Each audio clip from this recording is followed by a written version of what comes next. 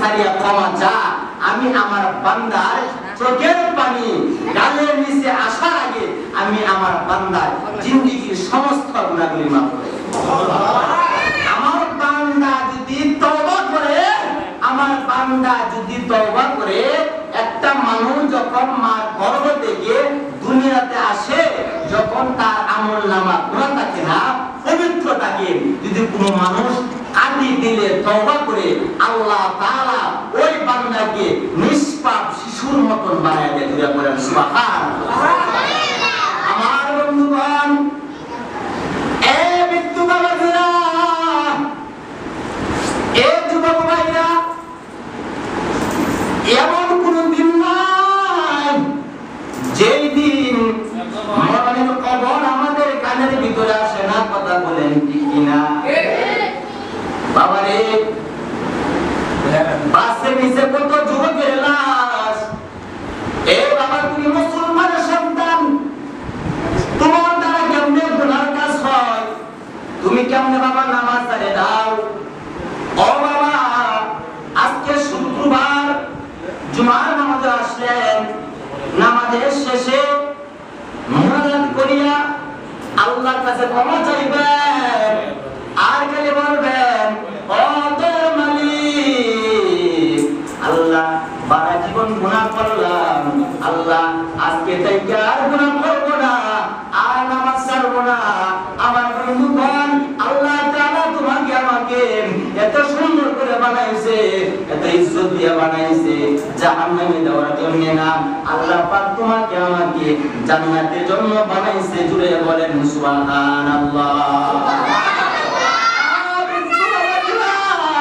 যখন আমার মরণ হয়ে যাবে, অন্ধকার কবর, সাপে চুরকর অন্ধকার কবর, তোমাকে আমাকে চির বিদায় দেওয়া হবে। জীবনে কত গোসল করলাম, কোনদিন তো নাকি কানে তুলা দিয়ে গোসল করলাম না। জীবনে কত গোসল করলাম, কোনদিন তো মশে কানাইয়া গোসল করলাম না। আমার বন্ধুগণ, তোমাকে চির বিদায় দেওয়া হবে। বিষ্ণু বাবাজিরা, একদিন যখন নতুন বধূ কোরআন ছিলেন, জামাই যখন দেখেছিলেন, কত মানুষ দেখার জন্য নাইছিল। আরেকদিন এমন একটা সময় আসবে, তোমাকে চির বিদায় দেওয়া হবে, কত মানুষ তোমাকে দেখার জন্য আসবে। ওই তিন দিনে দেখা আর জীবনের শেষ দেখা কিন্তু সমান না। কথা বলেন ঠিক কিনা? আমার বন্ধুগণ, তোমার বাবা মা, তোমার সন্তান 1 2 3 দিন কাঁদবে, পরে আর কাঁদবে না। এই যে মসজিদের পাশে উনি শুয়ে রয়েছেন, নামটা কি ওনার? ফজলুল হক চাচা। ওই তো ওনার মরণের পরে ভাই ভাতিজা, ওনার সন্তান স্ত্রী কয়েকদিন কাঁদছে, এখন আস্তে আস্তে ওনাকে ভুলে যাইতেছে। কথা বলেন ঠিক কিনা? আর 2 3 বছর পরে এমন একটা সময় আসবে, ওনার নামটা মানুষে বলবে না। আমার বাবা ফজলুল হক চাচা যে অবস্থা হইল, তোমার আমার কি অবস্থা হবে? কথা বলেন ঠিক কিনা?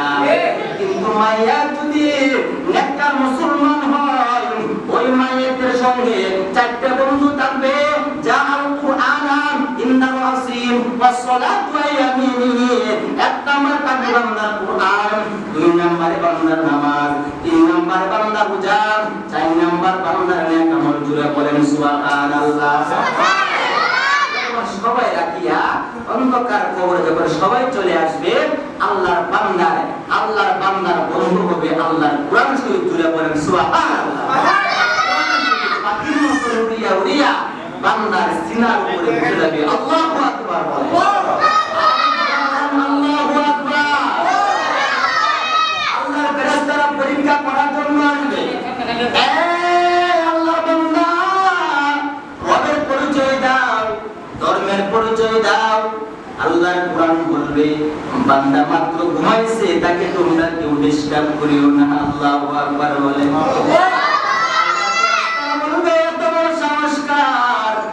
আমাদেরকে নিষেধ করতে বলো। আল্লাহর ফেরেশতারা বলবে, ও এত বড় সাহসকার। আল্লাহর কোরআন বলবে, আমি ওই মাইয়াদের বন্ধু। আল্লাহর কোরআন শরীফ এর জন্য আইছো, উপকার করার জন্য আইছি। কতক্ষণ তুমি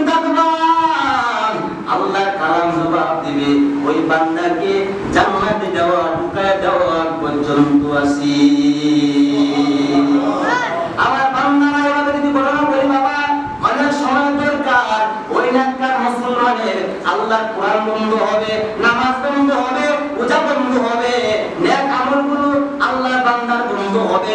আমার বন্ধুগণ, সব শেষ কথা হচ্ছে না আমার বন্ধুগণ, নামাজ পড়তে হবে, সঠিকভাবে চলতে হবে, আর গুনাহের দিকে যাইও না।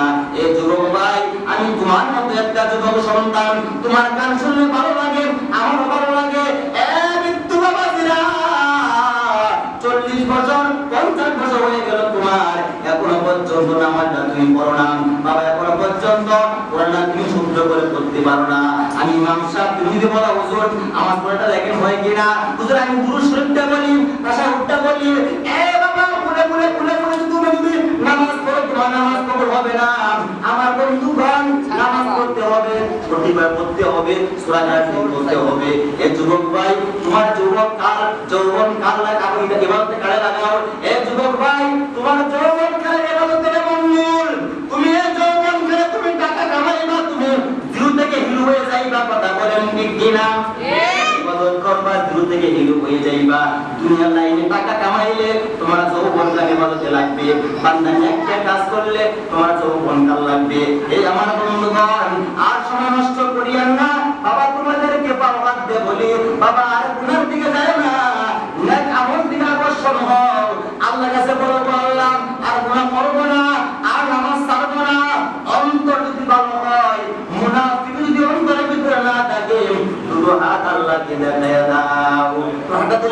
হাতটা দিলেন আল্লাহ, লাভা দেন আল্লাহ, নজর করে তাকায় দেখো দেয়ার মালিক তোমার বান্দারা, আল্লাহ তোমার বলে আসিয়া ওয়াদা করতেছে আল্লাহ আজ থেকে নামাজ পড়বে, আল্লাহ তোমার কাজ করবে না। আল্লাহ সকলকে কবুল করে নাও, আপনারা বলেন আমিন। আমার বাবারা, ওয়াজ করা মাকসুদ না, হেদায়েত হচ্ছে মাকসুদ। ওয়াজ মাকসুদ না, মাকসুদ আমাদের হেদায়েত, মাকবুলিহি মাকসুদিহি। বাবা, আমাদের মূল মাকসাদ একটাই, নামাজ পড়া, সঠিকভাবে চলা, বাবা মার খেদমত করা, কথা বলেন ঠিক কিনা?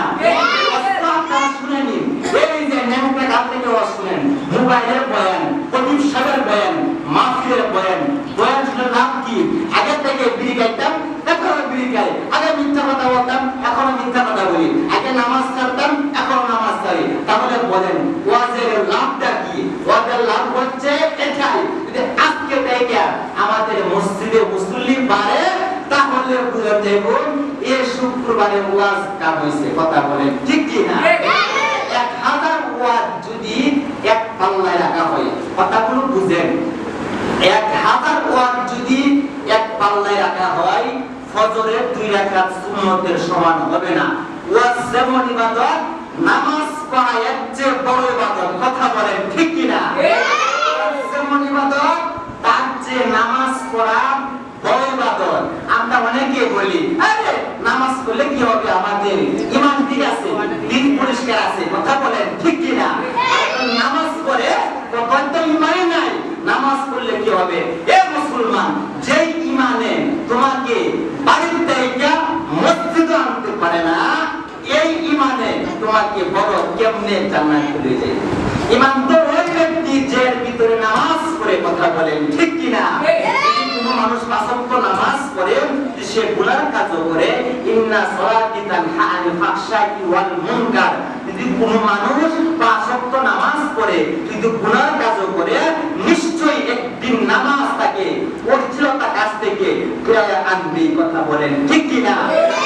দরবারে এক সাহাবী বিচারে লয়ে গেল, ইয়া রাসূলুল্লাহ, আপনার এক সাহাবী নামাজ পড়ে আবার চুরি করে, নামাজ পড়ে আবার মিথ্যা কথা বলে, এটা একটু বিচারটা করে দেন। আল্লাহ রাসূল বলেন, এ আমার সাহাবীরা কি তোমরা চুরি করতে দাও? নামাজ তো পড়ে, একবার একদিন সে নামাজের দ্বারা সে গুনার কাছ থেকে এমনি সরে যাবে। বাবারা, আপনার আমার যদি নামাজ ঠিক হয়, বাকি আমল আস্তে আস্তে আস্তে আস্তে এমনি ঠিক হবে। যখন কোনো মানুষ গুনার কাজ করবো, যদি মানুষটা জোহরের নামাজটা পড়ে, তার বেড়ে তো একটু ধাক্কা লাগবো যে আমি তো একটু পরে তো আমি আসরের নামাজটা করবো, একটু পরে তো আমি মাগরিবের নামাজটা করবো, একটু পরে তো আমি ইশার নামাজ করবো।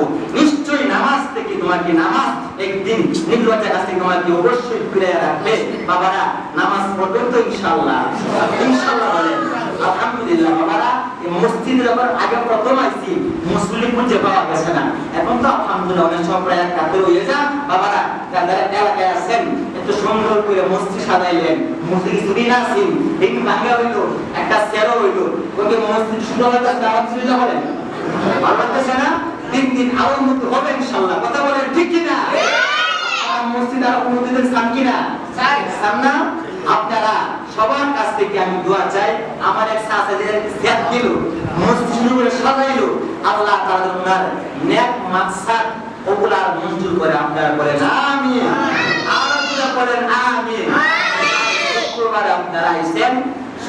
আপনারা আইছেন বাবা মার নেতে মুরব্বিদের নেতে মসজিদে আইসা পকেট থেকে বিসমিল্লাহ কইয়া 50 টি 100 টিয়া 20 টাকা এভাবে দিবেন ইনশাআল্লাহ এই মুসলমান তা কথা আছে না যে 10 এর লবি একের বোঝাটা কথা কয় না আমাদের কেশিয়ার সাহেব বলে যে হুজুর আগে মসজিদে হইতো 150 টাকা হইতো এবার আপনি আসার পর দেখিয়া অনেক সময় 500 টাকা হয়ে যায় আপনারা দিন দিন হয়ে যা তাহলে একটা সময় হইব প্রতি শুক্রবারে মসজিদে হয়ে যাবে 1000 টাকা আপনারা সামনে ইনশাআল্লাহ বাবা আমার বেতনে তাদের একটু কষ্ট